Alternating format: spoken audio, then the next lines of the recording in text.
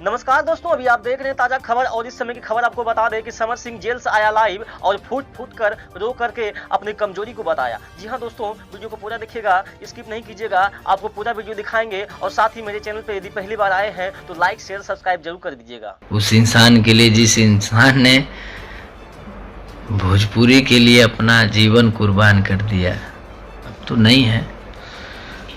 महादेव उनको अपने शरण में रखें।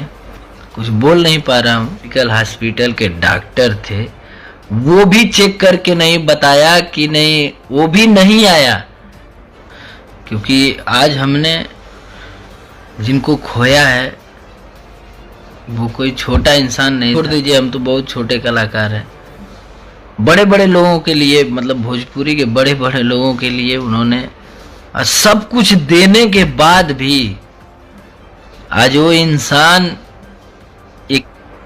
इंसान 2 घंटे तक पूरा, इससे बड़ा दुर्भाग्य क्या हो सकता है।